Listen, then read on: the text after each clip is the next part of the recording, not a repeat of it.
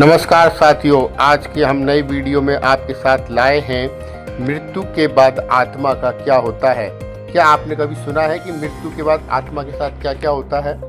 गरुड़ पुराण के अनुसार ये एक ऐसा रहस्यमय ग्रंथ है जो आत्मा के बारे में पूरी जानकारी हमें देता है, जो जीव और परलोक के रहस्यों से पर्दा उठाता है। हिंदू धर्म के 18 महापुराणों में से एक गरुड़ पुराण है। भगवान विष्णु ने इसे स्वयं गरुड़ जी को सुनाया था। प्रातःकाल सूर्योदय से पहले या सूर्यास्त के समय इसका पाठ होता है। विशेषकर पितृपक्ष, अमावस्या और मृत्यु के बाद 13 दिनों तक गरुड़ पुराण का पाठ आत्मा की शांति के लिए किया जाता है। क्यों करें इसका पाठ? मृत्यु के बाद की यात्राओं के लिए यमलोक के रहस्यों, पुण्य पाप के फल और आत्मा की गति स्पष्ट जानकारी केवल इसी ग्रंथ से मिलती है। यह पाठ न केवल डिपार्टेड सोल के लिए उपयोगी है, बल्कि जीवित व्यक्ति को भी मोक्ष के मार्ग के बारे में जानकारी देती है।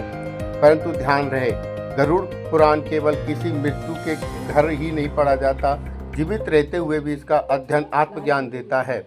जो इसे पढ़े, समझे और जीवन में उतारे, वह मृत्यु से नहीं डरता। गरुड़ पुराण मृत्यु नहीं, मोक्ष का मार्गदर्शक कहा जाता है। मृत्यु के बाद आत्मा 11 दिनों तक सूक्ष्म रूप से रहती है। आत्मा के कर्मों के अनुसार उसकी यमदूतों द्वारा यमलोक तक की यात्रा मानी जाती है। यमलोक का वर्णन। यमराज के दरबार की कैसी व्यवस्था होती है? 84 लाख योनियों का उल्लेख। पापों के अनुसार किस प्रकार की यातनाएं मिलती है? कौन से कार्य पुण्य और कौन से कार्य पाप में आते हैं? झूठ, चोरी, पर स्त्री गमन, पशु हिंसा आदि के दंड कैसे मिलते हैं? इसके बारे में गरुड़ पुराण में पूरी जानकारी दी गई है। मृत आत्माओं की शांति के लिए कौन कौन से कर्म करना जरूरी है? गरुड़ पुराण पाठ का महत्व 13 दिन की शुद्धि में क्यों किया जाता है? सांसारिक मोह से मुक्त होकर मोक्ष कैसे प्राप्त किया जा सकता है? नाम स्मरण, दान, सेवा और ज्ञान का महत्व। दोस्तों, गरुड़ पुराण केवल मृत्यु पर केंद्रित नहीं है, वह जीवित व्यक्ति को भी धर्म, नीति, स्वास्थ्य और व्यवहार सिखाता है।